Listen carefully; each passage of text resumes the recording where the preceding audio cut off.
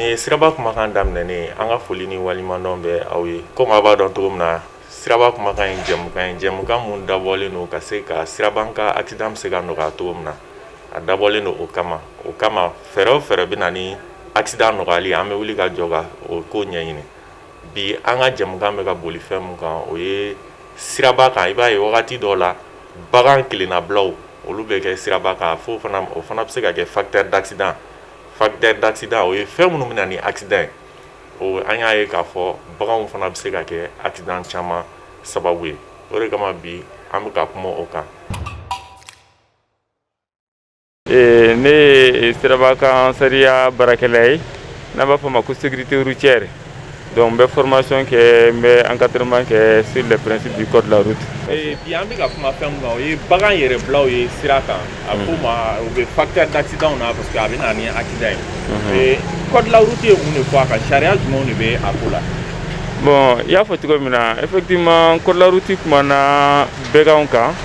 a bɛ chapitre min na an b'a fɔ o ma ko chapitre 2 article 5 ni alinéa 2 ni 3 bagan minnu bɛ siraba kan a ma fɔ ko bagan tɛ ye siraba kan mais ni bagan bɛ siraba kan fo gɛnbaga ka k'a la ni bagan bila siraba kan k'a fɔ ko gɛnbaga t'a la a bɛ kɛ problème ye donc sariya yira ko mɔgɔ si kana bagan bila siraba kan ni k'a sɔrɔ mɔgɔ t'a kɔ min bɛ se k'a lakɔlɔsi a kana kɛ degun ye siraba kan mɔgɔ kan i n'a fɔ bagan minnu bɛ kɛ ka baara kɛ i n'a fɔ bagan minnu bɛ wotoro sama minnu bɛ kɛ ka mɔgɔw ta ainsi de suite la donc bagan si man kan ka kɛ ni mɔgɔ t'a kɔ mɔgɔ minnu fana bɛ kɛ bagan minnu fana bɛ kɛ kulu la an b'a fɔ o ma ko troupeau donc ni o bɛ ka taa dumuniyɔrɔ la ou bien n'u bɛ yɔrɔ tɛ tigɛ a man kan ka bila a yɛrɛ ma k'a fɔ ko mɔgɔ t'a kɔ parce que siraba ye fɛn dɔ de ye bolifɛnw de don bolifɛnw o n'u ka vitesse de don donc bagan hakili min bɛ bagan na ani hakili min bɛ mɔgɔ la c'est pas le même mɔgɔ bɛ se ka fɛn mobili natɔla ye k'a éviter mais bagan tɛ se k'a éviter a tɛ dan o dɔrɔn ma an ye yɔrɔ caman lakɔlɔsi baganw fana o bagan kelen bɛ latuni ka tigi da siraba kan fo mobilitigiw ka to so ka dévier a bɛ na ni degunba ye circulation na donc code de la route kɔni y'a interdit mais a sariya sinsinni bɛ ka dilen municipalité mɔgɔw de la commune mɔgɔw ni sariya filanan bɛ yen nɔ an bɛ min fɔ ni code y'a belebelebaw fɔ donc sariya labatoli a belebeleba yelen bɛ fɔlɔ commune mɔgɔw de la n'an b'a fɔ o ma ko municipalité maire n'a nɔfɛmɔgɔw olu de kan ka jateminɛ kɛ bagan minnu bɛ circuler u ka dugu kɔnɔ n'a bɛ ka kɛ degun ye mɔgɔw kan u bɛ se ka u lajɔ u bɛ se ka bali cogoya min na bon ni a ye olu kɛɲɛ de sa donc gouvernement bɛ se ka wuli k'i da don a la mais kun fɔlɔ la kɔni a ɲininen don maire de fɛ ale ka a ka mɔgɔw sensibiliser u ka bagan minnu bɛ ka kɛ circulation na n'a bɛ ka degun lase mɔgɔw ma u ka fɛɛrɛ k'u la donc mairie mɔgɔw de bɛ se k'o décision ta u ka kan ka ɲangi min bi bagantigiw kan u k'o bin u kan sinon n'a a ye accident kɛ k'a fɔ ko mɔgɔ t'a kɔnɔ sariya kɔni y'a jira k'a fɔ ko bagantigi de kan ka nɔ minɛ. mais welekan ani kuma laban jumɛn b'i bolo walasa nin ko in bɛ se ka nɔgɔya cogo di. an bɛ min fɔ welewelekan na o ye mɔgɔw ka siraba sariya labato parce que nin fɛn ninnu caman bɛ yen nɔ bagantigiw t'a dɔn k'a fɔ ko a kɔni don sariya kɔnɔ parce que o ye mun ye parce que u tɛ siraba kan sariya dɔn bɛɛ kɔnɔ k'a fɔ ko siraba kan sariya ye mobili boli dɔrɔn de non mobili boli dɔrɔn tɛ fɛn caman bɛ yen nɔ a bɛ senamaw concerné a bɛ bagantigiw concerné donc mɔgɔw ka siraba kan sariya labato bagan minnu fana filɛ nin ye u k'a bila u kunkolo la ko hakili tɛ bagan na komi hadamaden n'i y'a bila siraba kan a bɛ se ka na degun lase mɔgɔw ma a bɛ se ka kɛ sababu ye yɛrɛ a éviter tɔ la i bɛ se ka taa tiɲɛli dɔ k'a la min ka jugu ni bagan yɛrɛ ye i n'a fɔ mɔgɔ bɛ se bagan éviter tɔ la i bɛ se ka taa mɔgɔ faga ala k'an kisi donc o bɛɛ bɛ se ka na i bɛ se ka taa tiɲɛli don mobilitigi gɛrɛ kun ou bien fɛn gɛrɛw kun minnu valeur ka bon ni bagan ye donc a tɛ k'a fɔ ko valeur tɛ bagan na mais a k'a bila yɔrɔ la donc an b'o o de fɔ mɔgɔw ye u ka fɛɛrɛ k'u ka baganw na u kana baganw bila u yɛrɛ bolo ma circulation na a maɲi a kɔlɔlɔ ka bon kojugu en cas d'accident quand même n'a donna k'a fɔ ko bagantigi ye mɔgɔ min ye i kan k'i jɔ n'a kungo ye donc sariya kan k'i nɔ minɛ. bon i da sera k'a fɔ sisan accident yɛrɛ facteur n'i ye jateminɛ kɛ accident facteur ye 3 de ye a facteur fɔlɔ o ye bolifɛn bolibaga yɛrɛ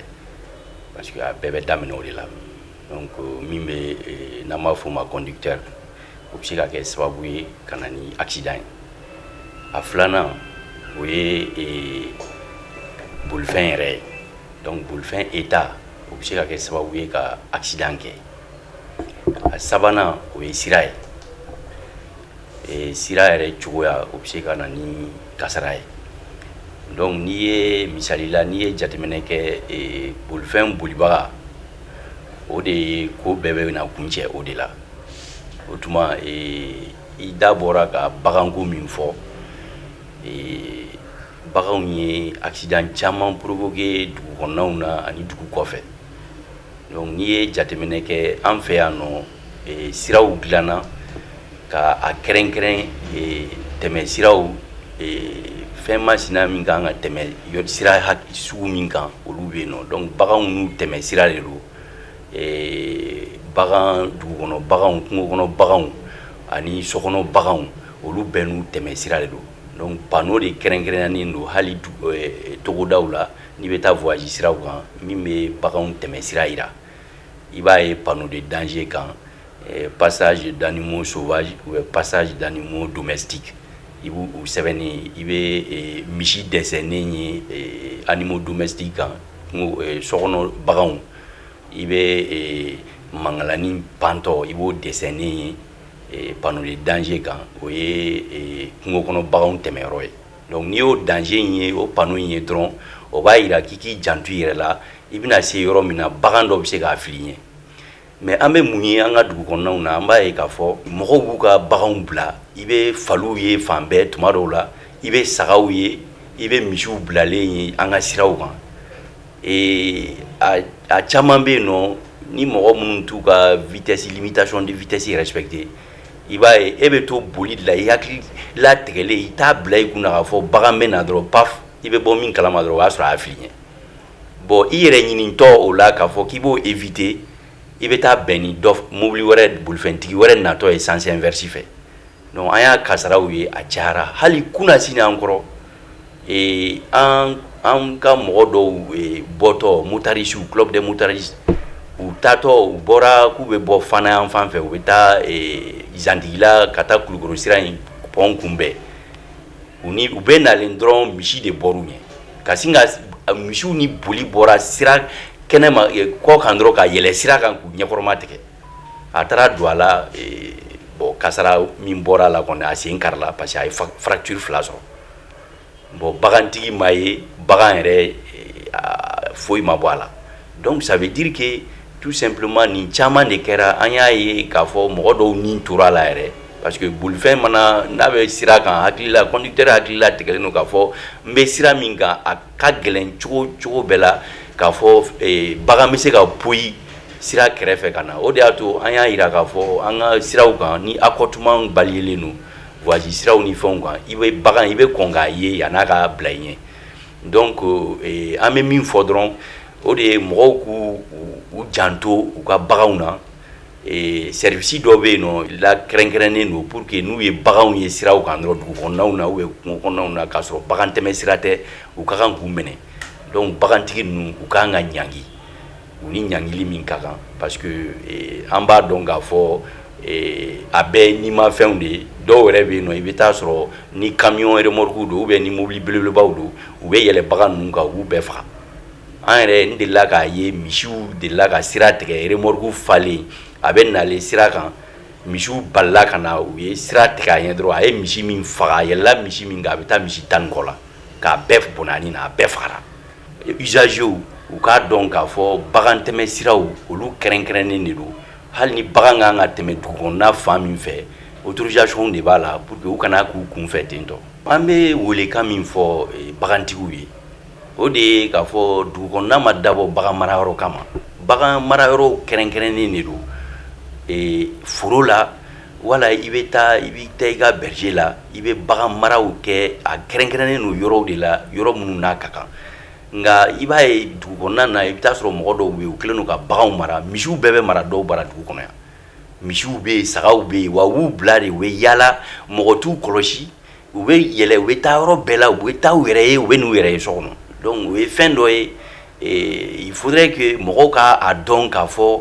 bagan ninnu bɛ kasara min provoquer circulation routière la a ka gɛlɛn a ka bon kojugu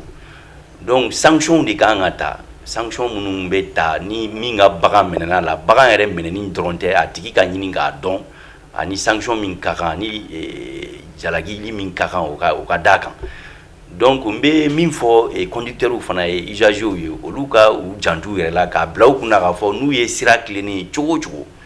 u k'u hakili to u yɛrɛ la k'a dɔn k'a fɔ hali n'i bɛ sira kan a bɛ se ka kɛ i balilen dɔrɔn bagan dɔ bɛ se ka boli ka bɔ kɛrɛfɛ ka don i kan donc o caman bɛ yen nɔ i yɛrɛ ɲinitɔla dɔrɔn i bɛ se ka kasara wɛrɛ provoquer min bɛ gɛlɛya kosɛbɛ min ye limitation de vitesse ye a ti ɲa o a fɔra ko dugu kɔnɔna na aw kana tɛmɛ kilomètre 50 kan heure kɔnɔ donc a ka ca ala fɛ n'i bɛ o limitation de vitesse in kɔnɔna na hali ni nin ko sugu nana i bɛ se k'i yɛrɛ minɛ donc an bɛ se ka min fɔ mɔgɔw ye o y'o ye bana in ye gɛlɛya se fan bɛɛ parce que n'i ye jateminɛ kɛ an ka formation cogoya la mɔgɔ minnu ka kan ka na an ye a limité parce que ni mɔgɔ minnu ka kan ka don salle kɔnɔ an tɛ sɔn u ka an ka distance de fɛngɛ distance min ka kan ka don ni ɲɔgɔn cɛ an bɛ k'o respecter et puis an ye masque kɛ ka masque caman dilan an bɛ masque d'an ka candidat ma donc minnu fɛn fɛn bɛ don n'u bɛ formation kɛ an y'u réparti par groupe par exemple ni salle ka kan ka mɔgɔ 50 ou 60 ta sisan an bɛ a tila 2 ye donc n'an y'a tila 2 ye groupe fɔlɔ mana don après dɔ in bɛ don bon maintenant caman yɛrɛ bɛ yen nɔ olu mana yɛrɛ olu bɛ ka a to yen fɔlɔ pour que fo ka taa hakilina kura sɔrɔ banako in na donc a ye gɛlɛya sɔrɔ an ka taux d'inscription na a ye gɛlɛyaba sɔrɔ an yɛrɛ ka tagabolo la parce que effectivement mɔgɔw bɛɛ kɛlen don k'i ka mesure ta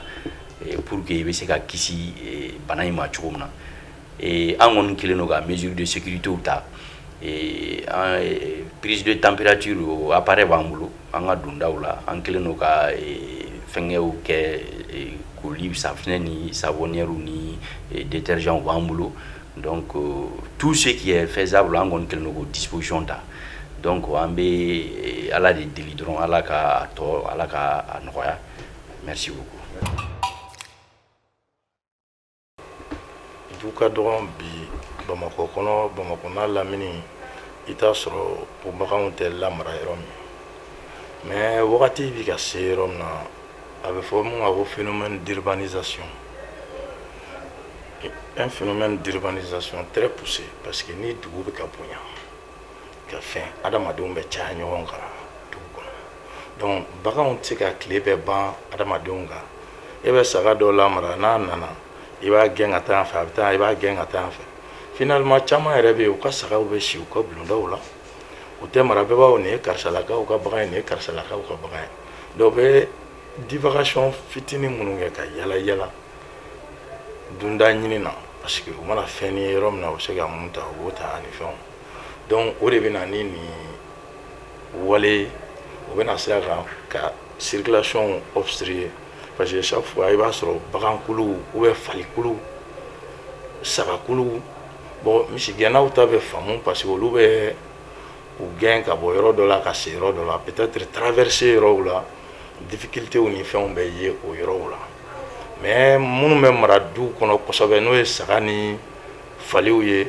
fali ninnu caman bɛ charretiw kɔnɔ u bɛ baaraw kɛ n'a ye GIE ka fɛnw don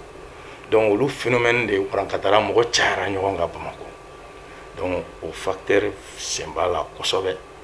o de bɛ ka na ni divagation ye n'o bɛ yɛlɛn an ka sirabaw kan ka circulation perturber bolimafɛnw tɛ se ka boli o bolicogo la donc o bɛ na ni kasara ye kasara min n'a caman ye jamana kɔnɔ ɲangini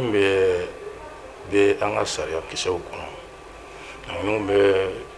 dispositif pénaliw bɛ yen ɲanginiw bɛ yen parce que siraba yɛrɛ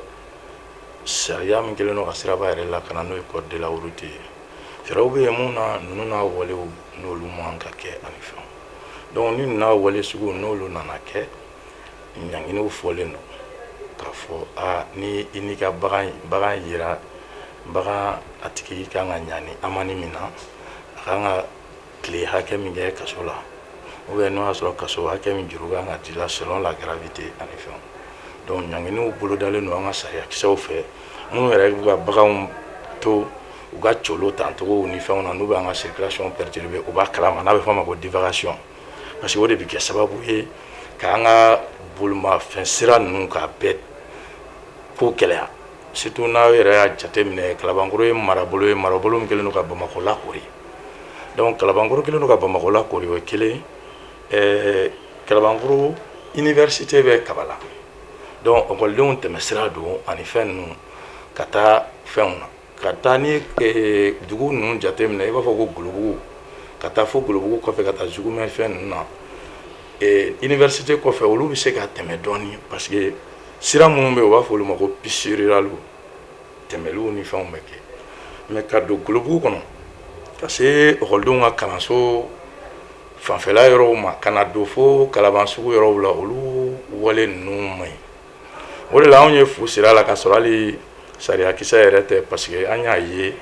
a bɛ ka kɛ yɔrɔ o yɔrɔ an ye wele da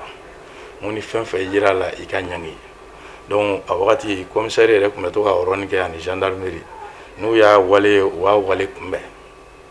donc hali a senfɛ an kun y'a essayer ka circulation alterner togonin dɔ la bɛntigiw ka tɛmɛsira d'u ma u ni tɔw kana se ka ɲɔgɔn jɛngɛ kosɛbɛ o bɛɛ lakana sira fɛ i b'a fɔ k'an bɛ ka baganw ka carili fɔ ka circulation bloquer ani fɛnw fo mɔgɔw k'a dɔn ko fɛn min bɛ kɛ kunun o tɛ se ka kɛ bi parce que adamadenw u ka ca ɲɔgɔn kan an ka ca ɲɔgɔn kan don o don dɔ de bɛ fara an kan fɛn tɛ bɔ an na donc an ka wale minnu bɛ yen n'o bɛ degun se dɔ ta bɛ degun se dɔ ma o kan ka sɔsɔri o kan ka kɛ wale ye wale min kan ka jɔ donc an ka lajɛ an ka ko kɛ ni hakili ye sariya bɛ yen mais jamana fɛnɛ tagabolo la n'i ye gosili kɛ kosɛbɛ togo dɔ fɛnɛ la a bɛ na ni degun ye o de la ne yɛrɛ fɛ fanga kan ka di kunnafoni di ma kosɛbɛ k'e yɛrɛ fo kosɛbɛ e bɛ ka nin jɛrɛ min kɛ nin ye pour que ka mɔgɔw ladɔnniya wale min don wale a man ɲi caman degelen don a bɛ san yirika wa o ye ka misi taara a bɛ tila ka segin ka na ni fɛnw dɔw ka baganw bɛ san tile 5 tile 6 kɛ o tɛ taa ɲini a bɛ na fɛnw bon olu ye wale a man ɲi faliw bɛ bila n'u bɔra ɲamacɛ la u bɛ fili kariw kɔnɔ u bɛ yala u bɛ fɛnw tɔmɔ u bɛ circulation perturber sagaw b'o togo la baw b'o togo la donc olu wale ninnu man ɲi bi kunun ɲɛ tun bɛ se ka tugu a kan mɔgɔw man ca ɲɔgɔn kan mais bi wale tɛ wale min bɛ bɛn hali k'a da bana cɛjuguw ni fɛn minnu bɛ an senkɔrɔ fɛn dɔw bɛ yen ni bagan tun bɛ se ka a kɛ ɲɔgɔn kan mais bi diɲɛ tile in to o cogo la fo an ka faamu nin bɛɛ de bɛ fara ɲɔgɔn kan n'u bɛ don kɛnɛya minɛn kɔnɔ c'est vrai an bɛ ka lakana kɛ mais a bɛ don kɛnɛya fɛnɛ minɛn kɔnɔ n'i ko ko ka mɔgɔ lakana i b'a kisi pour que k'a ka kɛnɛya fɛnɛ sabati parce que bana ni fɛn minnu bɛ yen u ko ko hali baganw yɛrɛ fɛnɛ fɛn bɛ sɔrɔ a fɛ ani fɛnw donc an ka lajɛ an ka taabolo minnu bɛ yen kunun n'olu bɛ bɛn kunun olu tɛ se ka bɛn bi parce que dugu taabolo yɛrɛ jama cayara sinon ɲangini min kɛ u yɛrɛ b'a dɔn ko ɲangini bɛ kɛ mais ɲangini ka suma parce que ka da an ka jamana marabolo togo kan bɛɛ sigiɲɔgɔn ye bɛɛ ka mɔgɔ ye n'i nana kɛ cogo dɔ la i y'a ye karisa lakaw hali o don u ka wulu ye nin fɛn u y'a essayer ka mɔgɔw familles bɛ kɛlɛ u bolo bɛ se ɲɔgɔn ma bagan nɔfɛ wulu nɔfɛ ou bien sagaw nɔfɛ donc olu tɛ wale min ka ɲi n'an ye an sinsin kunnafoni kan kosɛbɛ ka ɲɛfɔ bagan marabagaw ye u k'a faamu kosɛbɛ o bɛ caman bɔ a degun na comme ça répression minnu bɛ kɛ n'o ye ɲangini ye sisan a bɛ kɛ o la o bɛ kɛ mɔgɔw la mɔgɔ minnu u tɛ kuma mɛn ladilikan bɛ fɔra ye u ma mɛn donc n'u n'a ɲɔgɔnnaw nana olu fana bɛ ɲangi parce que f'a ka dɔn ko jamana bɛ yen an ye fɛɛrɛw tigɛ parce que an ye fɛɛrɛ caman tigɛ an ye lajɛ sigi siɲɛ 1 tɛ 2 tɛ 3 tɛ ne yɛrɛ ka représentante c'est une dame ne bɛ to k'a bila ka taa ministère de transport là et de la mobilité urbaine donc réunion bi kɛ ministère yɛrɛ bɛ ka suit ministère kelen tɛ donc au niveau de la sécurité routière gendarmerie ni police fana ils sont à pied d'œuvre à l'époque ani gendarmerie légion ani compagnie filaw ani police DR directeur régional an sigira ani ANASER parce que ANASER a accompagné ani le mouvement estudiantin l'AIM an ye bɛɛ fara ɲɔgɔn kan ka yira pour que ka ko lakana tɔ sabati hali bi an ka tagabolo kan ka kɛ mun ye sans oublier bien sûr les rectorats Soyiba tun bɛ yan ani de côté an y'u fila bɛɛ wele k'u bɛɛ bonya don ko la bɛɛ nana k'i ka hakilina di an ye comité de suivi yɛrɛ bila en marche mun tun bi jateminɛ kɛ an ye ladilikan minnu fɔ ɲɔgɔn ye lakana tigilabagaw n'o ye polisi ni gendarmerie ni protection civile parce que kuma fanba tora olu bolo bɛɛ b'i ka domaine kɔnɔ u k'a ɲɛfɔ ani ANASER donc wulikajɔ min kɛra u y'o ɲɛfɔ ANASER fana kan ka wulikajɔ min kɛ pour que ka dɛmɛ min b'a to lakana bɛ sabati olu fana y'o ɲɛfɔ a directrice yɛrɛ tun bɛ yan a n'a ka adjoint donc an ye fɛnw da yira ɲɔgɔn na bɛnniw ne yɛrɛ ko ne yɛrɛ ye bilabilali caman kɛ parce que bɛnniw bɛ bɔ cɛncɛn t'a la ba la n'a fɔra ko ka bila Kalaban tronçon kelen de bɛ Kalaban cɛmancɛ traversé a bɛna kɛ degun ye parce que n'a ni ɔkɔlidenw ta heure bɛnna ɔkɔliso la donc o mankan bɛ kɛ o mankan dɔ de la yɛrɛ ka kɛ an y'o dala sa donc bɛnniw bɛ tɛmɛ an ka da fɛ an b'an ɲɛ tugu kan mais n'u bɛ dugu kɔnɔ u ka boli hakɛ la hakɛ min tɛ se ka kɛ degun ye adamadenw ka balo parce que ni bɛnni ni vitesse donna mɔgɔw ni ɲɔgɔn cɛ ala k'an kisi donc don o don an b'o kanga da bɛntigiw ye u bɛ tɛmɛ yɔrɔ la u bɛ tɛmɛ dɔɔni dɔɔni jusqu'à ce que u ka se Kalaban bɔda la u bɛ sɔrɔ k'o sira emprunter ka taa je crois que horaire de sortie yɛrɛ bɛɛ dir'u ma u bɛ bɔ horaire minnu na n'u kan ka don horaire minnu na olu bɛɛ dir'u ma o wagati an y'a latilen fo ka na se élection wagati ma kow cayara an ma se ka suivi sunkalo nana don a kɔnɔ bon sunkalo fɛnɛ an nana don programme de distribution des vivres la donc o kɛra sababu ye ne ma se ka kɔlɔsiliba kɛ o furancɛni kɔnɔ mais n y'a ye baara in tagabolo halisa a b'o cogo la hali ye komi sini ye seli ye an ni polisi tun bɛnn'a kan 50 éléments tun b'u bolo u bɛna jigin k'a lajɛ nafɛntigi minnu bɛ sigi sira la fo ka na déborder ka don gitɔrɔn kɔnɔ o bɛɛ bɛ kɛ sababu ye ka sira dɔgɔya o bɛ dɔ fara sirabanga kasara kan ani fɛn ninnu an y'a fɔ n ko ka o segin ka ladili di olu ma tuguni an ni mairie ka jɛ k'o baara kɛ pour que o wale ninnu bɛ se ka bɔ yen donc an ni mairie ka jɛ tuguni ka jateminɛ kɛ jateminɛ min b'a to ɔkɔlidenw bɛ se ka bɔ u ka so cogo min u bɛ taa u ka kalanso la ka tila ka segin ka sɔrɔ ko m'o sɔrɔ minnu bɛ taa gouvernement ye kari minnu d'u ma mais an y'a jateminɛ motow ni fɛn minnu fana bɛ ɔkɔliden dɔw bolo u bɛ boli cogo dɔw la boli cogo min recommandelen tɛ a bɛ na ni kasara ye o dɔ delila ka kɛ u ni bɛn cɛ a nana kɛ kasara ye vraiment kasara juguyara mais ala barika la funufunu dara hakilinaw ye ɲɔgɔn sɔrɔ baara bɛ ka kɛ n'o taabolo ye bi parce que sinon wulikajɔw caman de kɛra an tɛ mun dan dɔn. hakili la a ye faamuyali sɔrɔ bi jɛmukan na jɛmukan in ka laɲini ye fɛn kelen dɔrɔn de accident ko bɛ se ka nɔgɔya cogo min na hakɛto bɛ nin kan Sali Ala Muhamad.